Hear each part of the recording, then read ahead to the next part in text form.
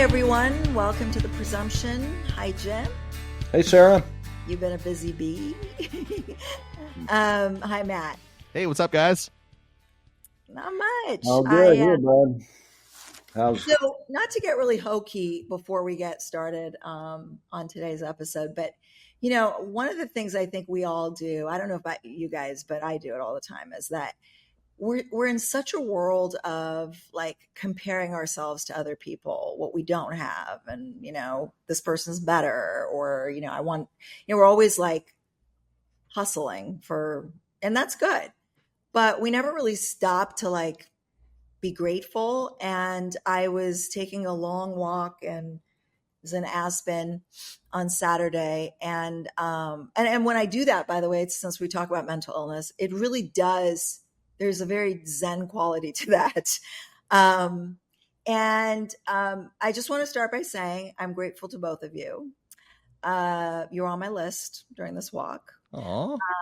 I am very grateful for Jim to choose me as his podcast partner. Like I've said before, I've had opportunities to do this. There's nobody better than you, Jim, to do it with. We've gotten a lot of great feedback. There were emails and messages and DMs, and especially because every time Jim is in the news, not just Jim, but I get heat.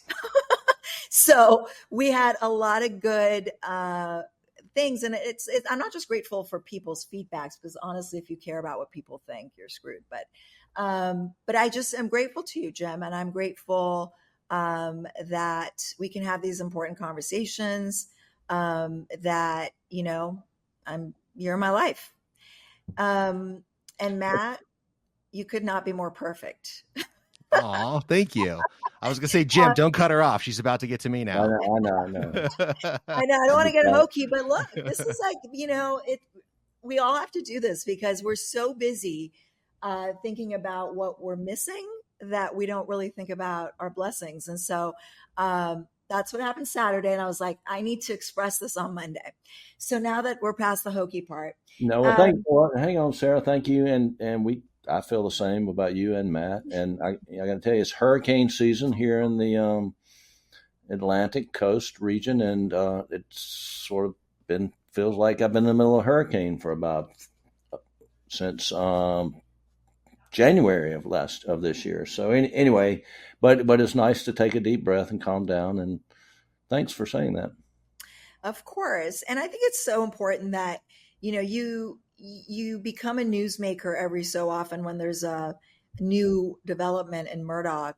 And like a couple of weeks ago, you were on, you know, when you filed your motion, you were on all these news networks, and then it sort of goes away, and then you're a newsmaker again. And, you know, it's really nice that we have this platform where you can elaborate on things that you're doing, because TV, 4 minutes, 3 minutes, the maximum is 5 minutes.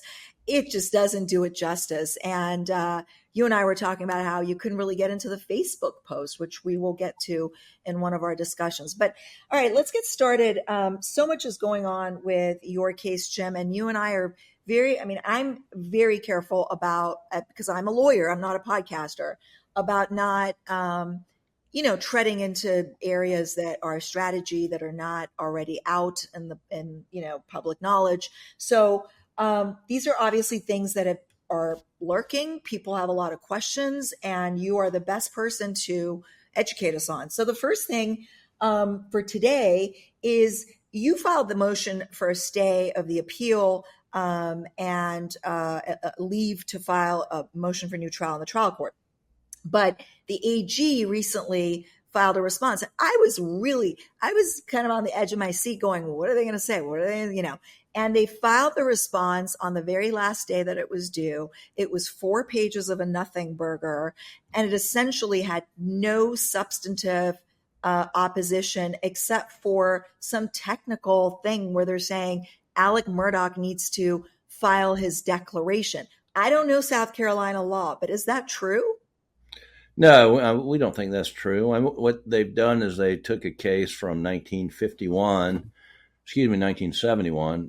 some 50 years ago. And that case that they rely upon is where someone pled guilty at the trial court level and then subsequently filed a motion for, vacate his guilty plea based on after discovered evidence.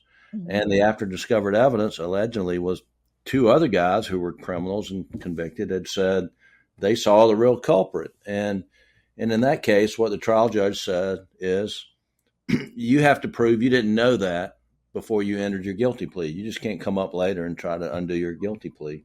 Mm-hmm. And so all that happened in the trial court. We're not in the trial court. We're in the Court of Appeals. And there is no procedural hurdle that we have to make some showing that Alec didn't know about the alleged juror tampering before, the verdict. Of course, he didn't, and he couldn't have known. I mean, it was impossible for us to know. It's impossible to know. This is something you discover afterwards. And yes, so, we've got a response. It's final. We may file it today. We may file it tomorrow. We may file it Friday. We're not sure yet. But the fact of the matter is, we looked at it the same way you did, Sarah, and it was a delay tactic. They were just trying to buy 10 more days for some reason. And what was the 10 days about, Jim? Was it to give SLED more time to dig up dirt? Seems like it. I was expecting that what they filed Friday would have included some sort of support for the clerk of court, some sort of support for the verdict. I mean, it was plain vanilla at best. Didn't even have any. It was unflavored. Right. Can I ask how common is what is transpired here? Like the idea that the clerk of the court has screwed with the jury. Like shocking.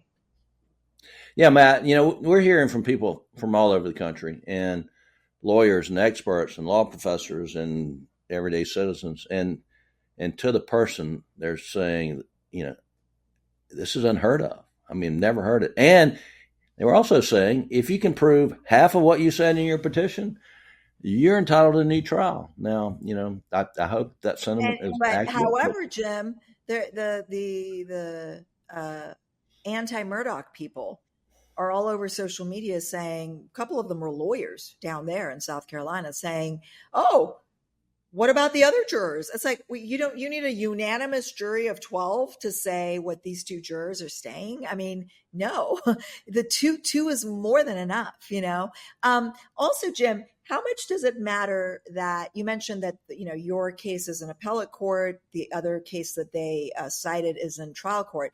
Does it also matter that the case they cited to was a plea versus this was an actual trial? Because you and I both know that is very, very difficult to set aside a plea. Trial, there are all kinds of rights that attach that like in your case, that were violated big time. And so it's a whole different ballgame. I mean, is that also a distinction that you would be making? Of course. Okay.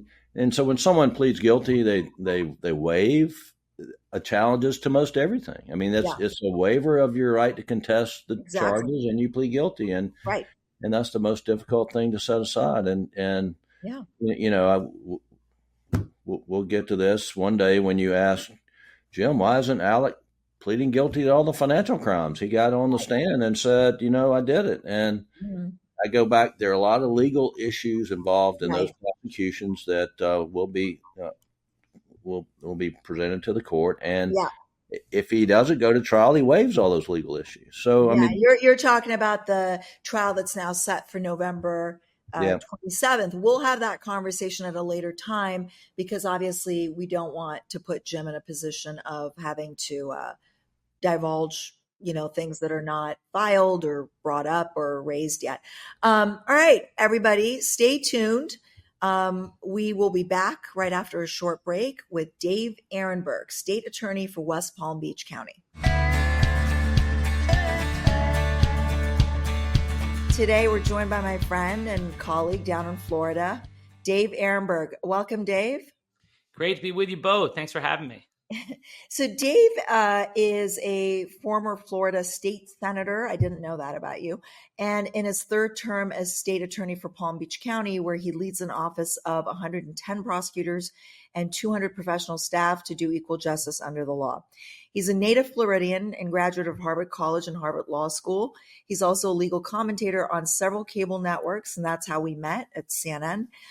During these historic times, Dave has been outspoken on some of the toughest and most controversial legal issues related to a certain former president, primarily. And even more controversial is that he's a Floridian talking about these controversial issues in a fair and unbiased way, in my opinion. So welcome, my friend. Today we're going to give you a break from Trump world and all the indictments and legal woes, but and also true crime to some extent, because we want to focus on your work as a prosecutor with fentanyl, and specifically the prosecution of fentanyl cases on a state level. We have focused a lot on this topic because it's killing us. We're sort of doing a cluster. Sam Quinones, who was the LA Times journalist, and wrote 2 books on the opioid crisis and then also on the fentanyl crisis more recently last year. And then a federal prosecutor here who will talk about, federal prosecutions.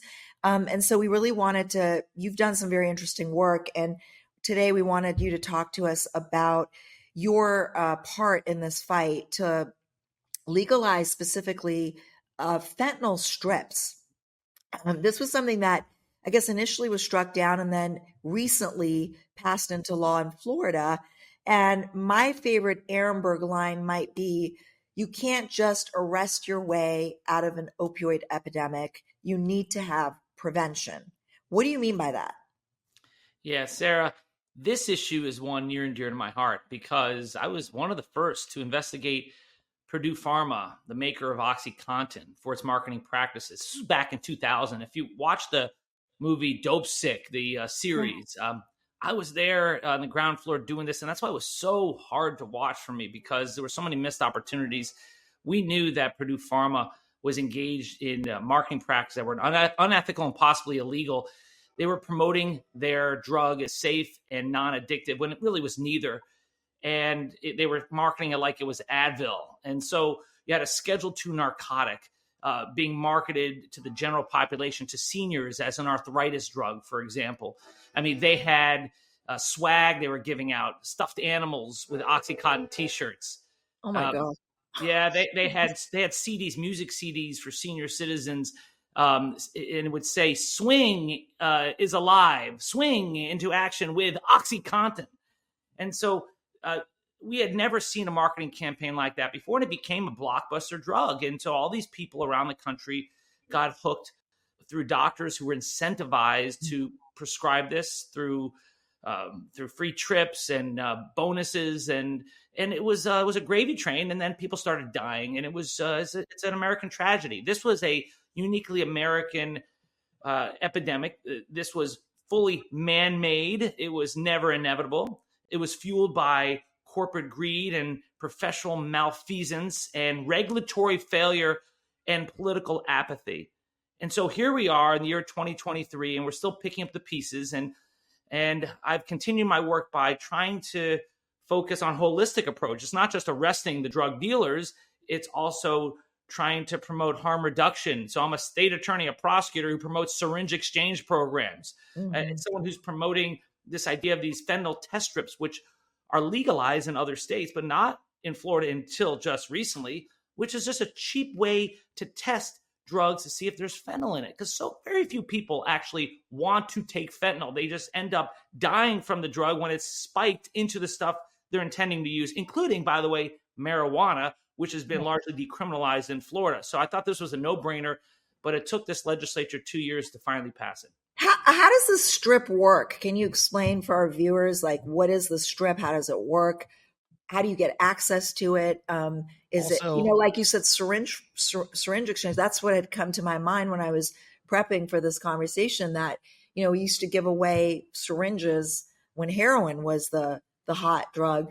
And so is this accessible? And I just want to jump in too. Sorry, Sarah. They got to change the name of this as well, because calling it a fentanyl strip is making me think like one of those menthol breath strips. So up until that moment when you just clarified it's used to actually test for fentanyl, it's a branding issue as far as I'm concerned too.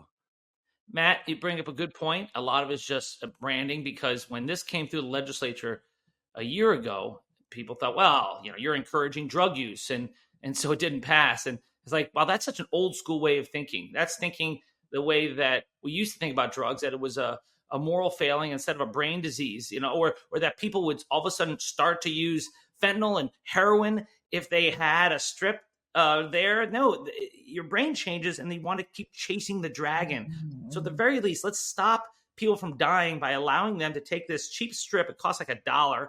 You can get them online, but you couldn't get them legally in Florida until recently. And you put it in the stuff you're going to use, and then it comes back with a certain indicator that says whether there's fentanyl present, because otherwise you can't tell. You can't tell by the naked eye. And that's why we've seen so many tragedies. I've known people who are doing drugs and they die because their drugs were spiked with fentanyl, which is 50 times more powerful than heroin, which is so much cheaper because it is made in a lab and shipped here from China or sent across the border, and it's everywhere. Dave, I think it was in 2022 during spring break, there were some cadets from West Point that had accidental overdose of fentanyl. I think that was a wake-up call. Can you tell us about that? Do you remember Fort Lauderdale? Oh, Jim, I used that as the main argument a year ago when we were trying to pass this through the Florida legislature. It's a very conservative legislature. And we were saying, look, you got these West Point cadets who overdosed because they didn't know what they were using. Apparently they were using cocaine, was spiked with fentanyl. Fortunately, no one died, but they overdosed, and it was just a national story. And people got it. They got it to the extent that no one wanted to vote against the measure. But things die in the legislature without ever having to take a vote. It's a way that leadership allows you to get a pass without going on record to do something very unpopular. So on the second to last day of session, they just said, we're not going to accept the amendment. We're not going to move forward with it. And no one had to actually vote no on the measure. It really was awful. And the person who stood up, the only person who stood up and said, we're not going to accept this amendment, said, hey, and if you want these strips, just go get them online. You can get them on Amazon. I just did. Here are some. And I'm thinking, have you ever heard of an argument in the legislature where they say, don't pass this measure? You can get it legally elsewhere. You can already get it legally. You know what? You can buy it online, even though it's against our law. You can still buy it and do it secretly. That's not a good reason not to have this. One thing I was reading about those overdoses, just getting ready for this conversation, it appeared from the article that I read that 4 cadets were taking cocaine. It was laced with fentanyl, and they went in cardiac arrest. Then 2 others, whether they were cadets or not, went to give CPR, and they went into cardiac arrest because they got transfer fentanyl. I mean, it doesn't take much at all, does it? No, that's a great point. No. We've seen that with dogs who are at the scenes, who are drug sniffing dogs. They will sometimes have to get Narcan, which is the antidote to an opioid overdose, and works for fentanyl, but you need a lot heavier dose than you would for heroin. So we've seen this before. And if they just had access to these strips, they would not have overdosed.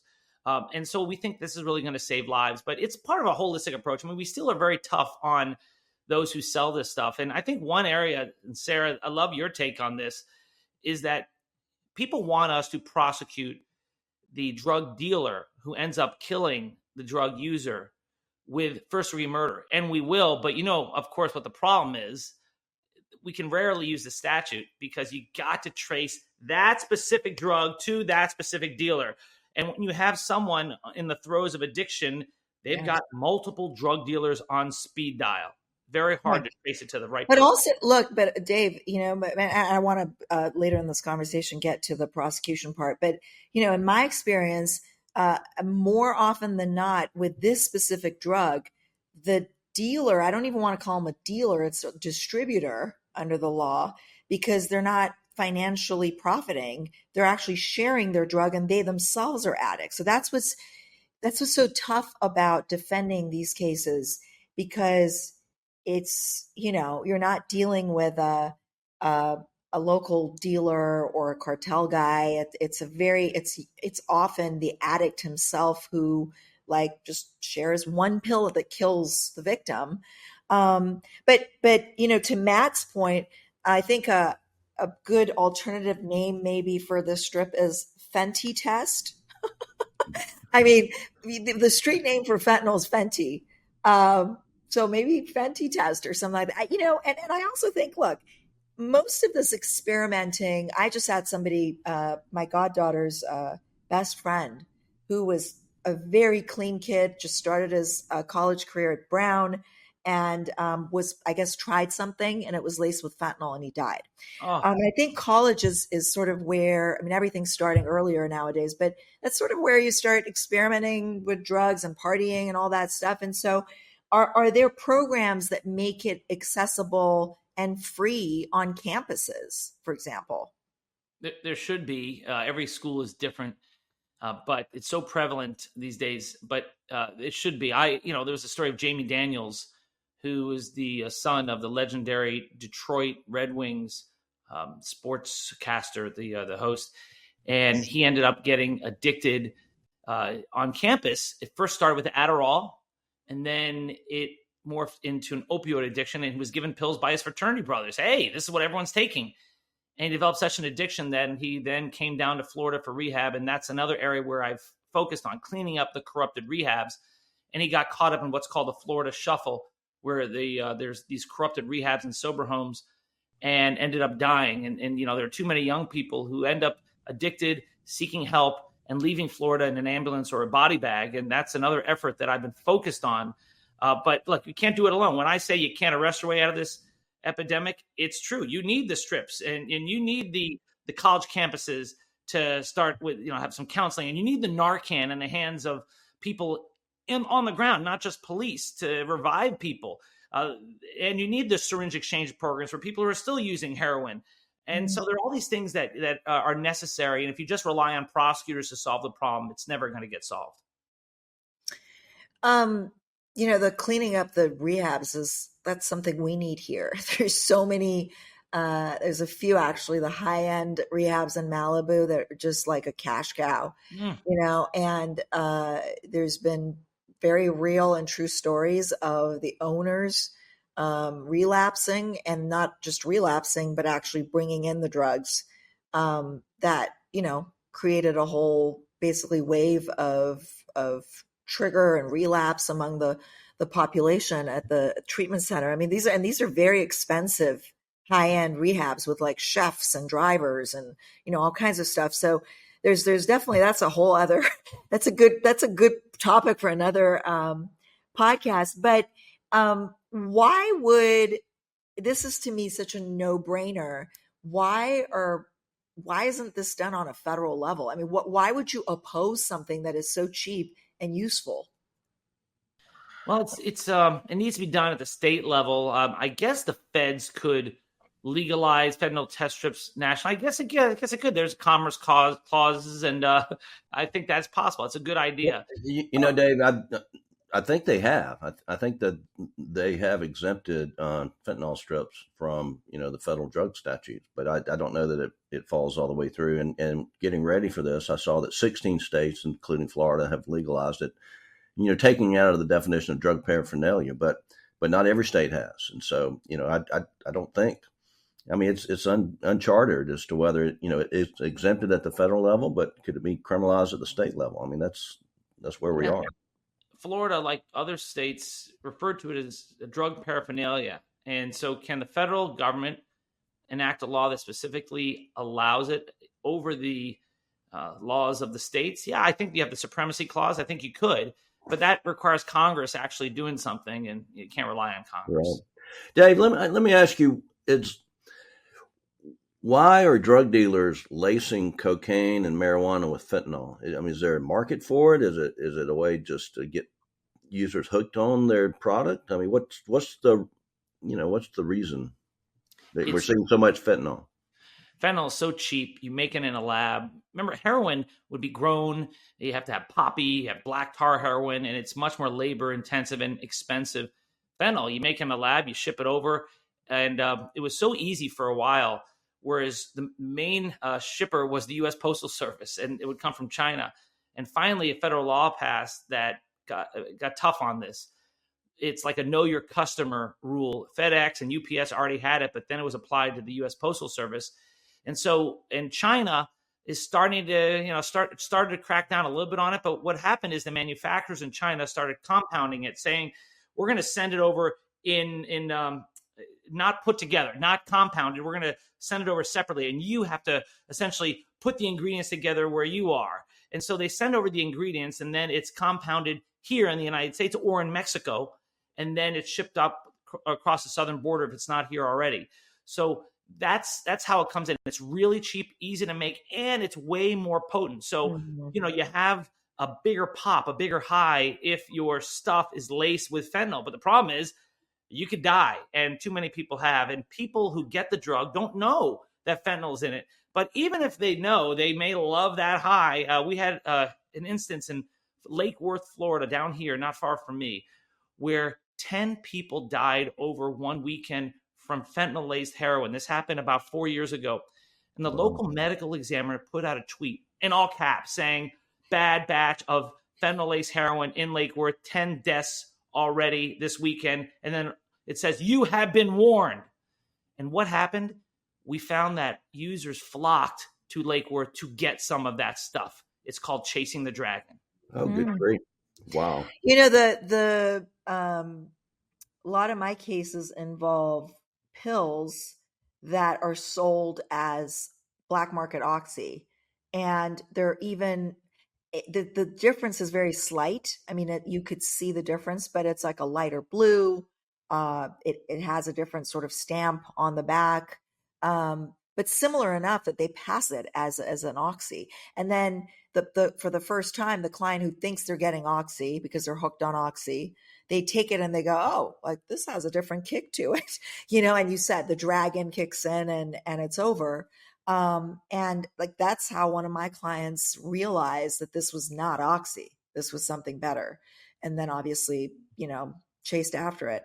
But Dave, I'm very interested in the federal response, legal response to fentanyl overdose cases, because it's really quite different than other drug epidemics that we've had and how the feds respond to it. And, we have a DEA task force that basically they create these task forces around the country. And I'm wondering if there are any in your neck of the woods where you could be prosecuting a case, you could be at prelim or beyond.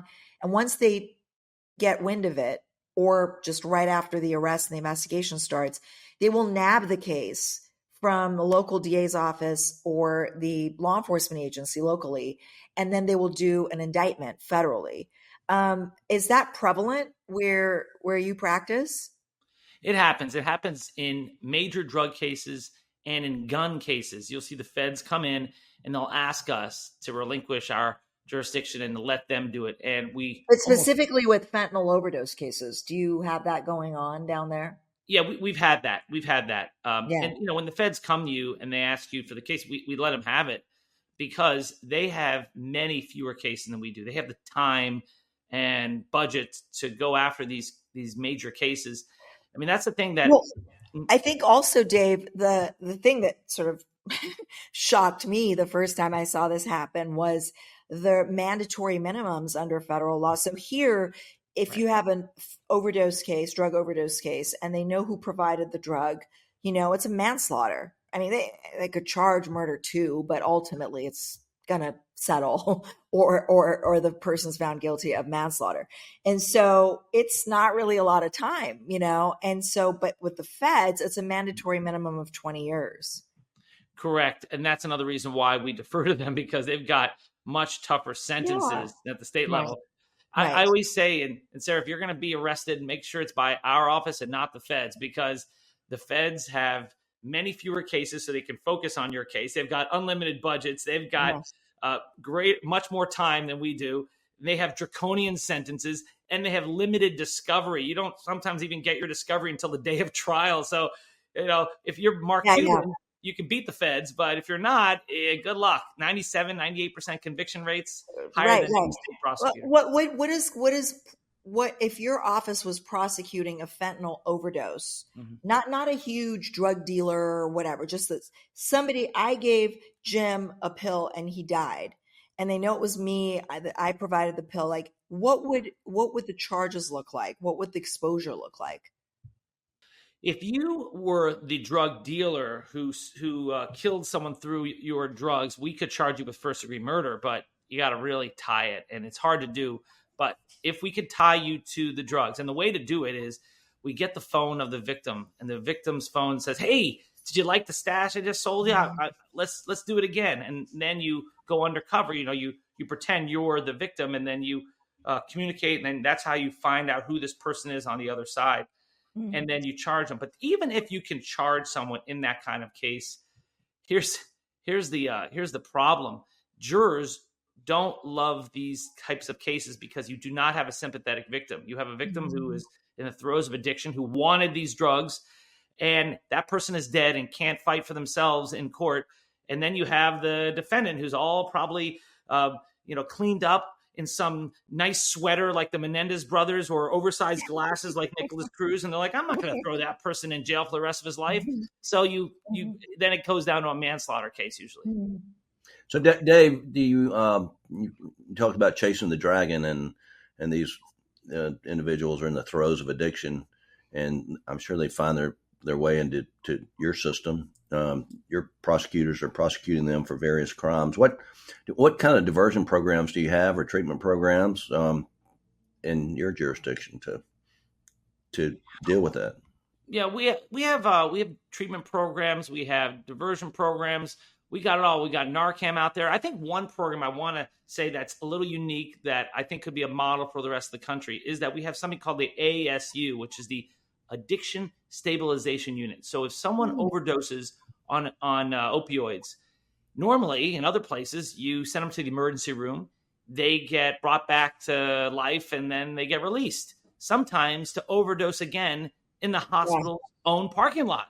But what we try to do is we try to break the cycle of addiction by sending them to a special facility where they get medication-assisted treatment, known as MAT, to get them off the stuff, to make them not crave the stuff anymore. And then we have like Suboxone and stuff like that.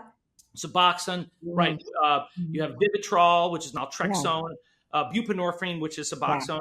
These are things that are given, and they are effective. And this program works because before we had a record 4 times we had someone overdose in the same 24-hour period of heroin.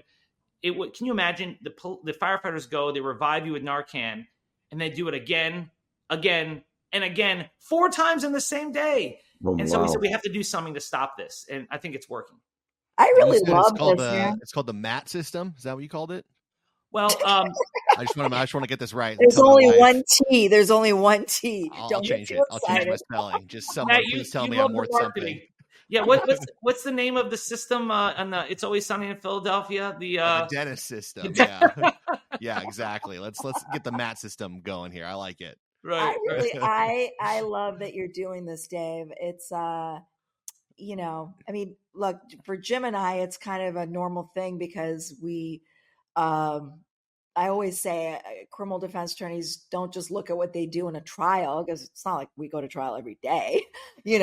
It's more about what we do behind the scenes. And, I'm dealing with a couple of really bad addicts who've been homeless and stuff right now. And, that just, it's not, I can't just take the guy and put him in treatment just to check the box for the diversion program in the court.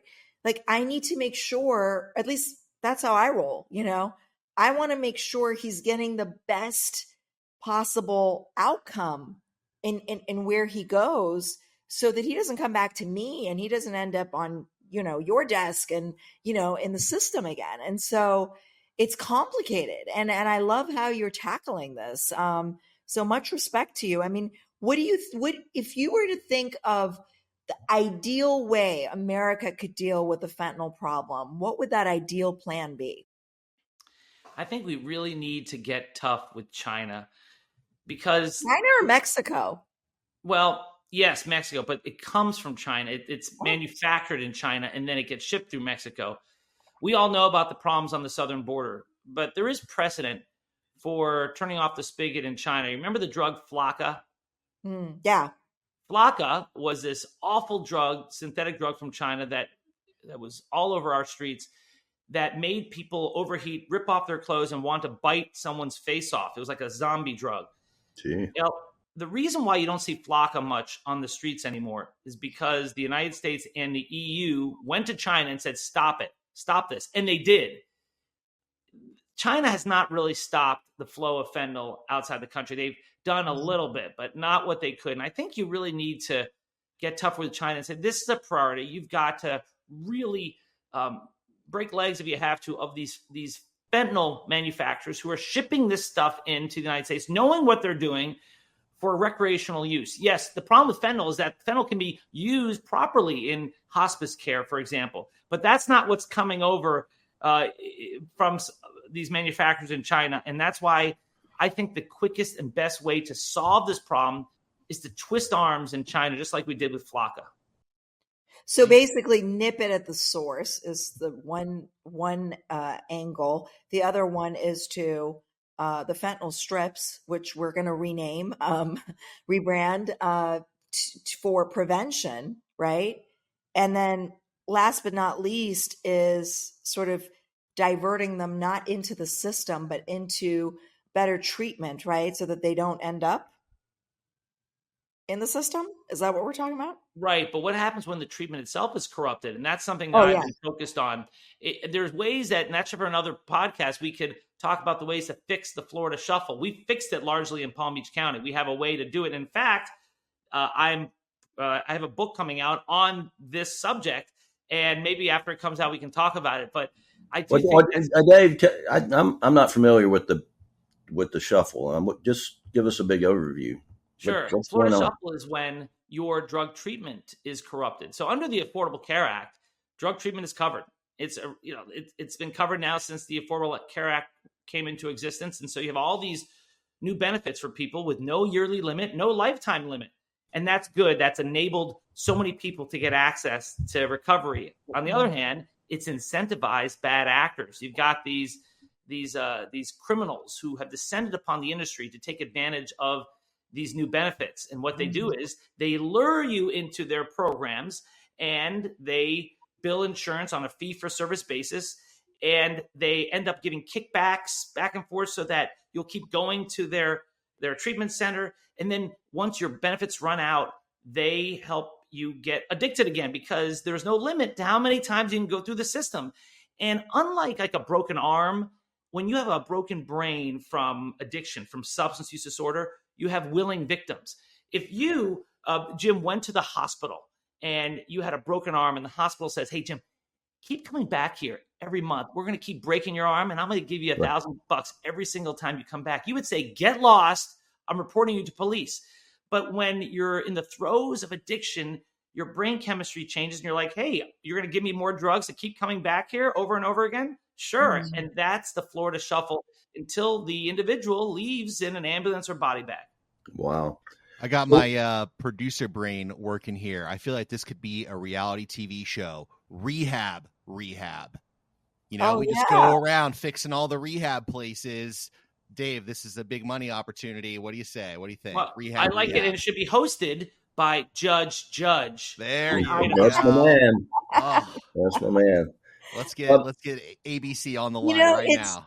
So here in LA, it's not even just the ones that are getting these sort of government benefits and stuff. It's like, these are high-end rehabs that get private funding, but there's a lot of shade there. Some of it is, fraud involving the process of getting the private funding, and then they're bringing the drugs in, and they're introducing people to drugs and extending their stay. I know all. Oh my gosh, Sarah, I know all about what's going on in Malibu. I went out there to speak to the League of Cities to tell them what we're doing and how they can replicate our solutions. What is that? Why didn't you call me? Oh, it was before I knew you. This was about it's about 3 years ago. And they're trying out there. But what happens, the difference between California and Florida on this is that there's a lack of trust in California amongst the stakeholders. You have the League of Cities, who's at war with the disability advocates, who don't trust the cities for passing new laws. They think they're just trying to discriminate against people in recovery.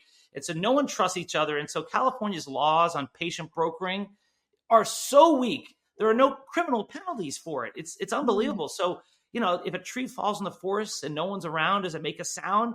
Well, if you have laws in California that criminalize things without a criminal penalty, does it work? No. Right. Yeah.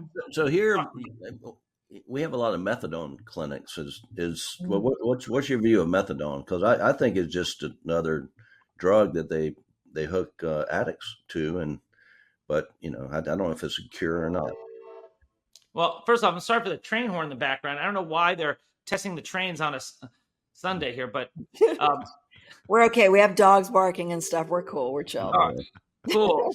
I'm sweating bullets here, thinking about what I got to edit out now. I'm just kidding. Thanks for your good work, Matt. That's right.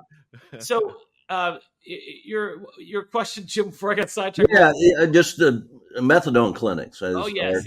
Are they effective in treating addiction in your view?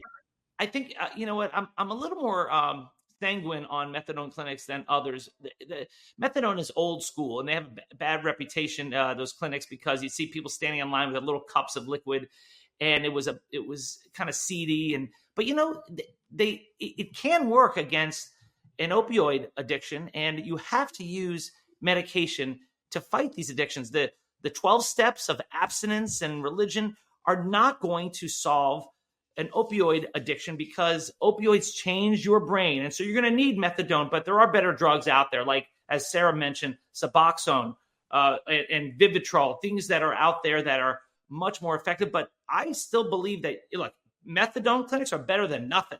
It's better than 12-step for an opioid addiction. Yeah.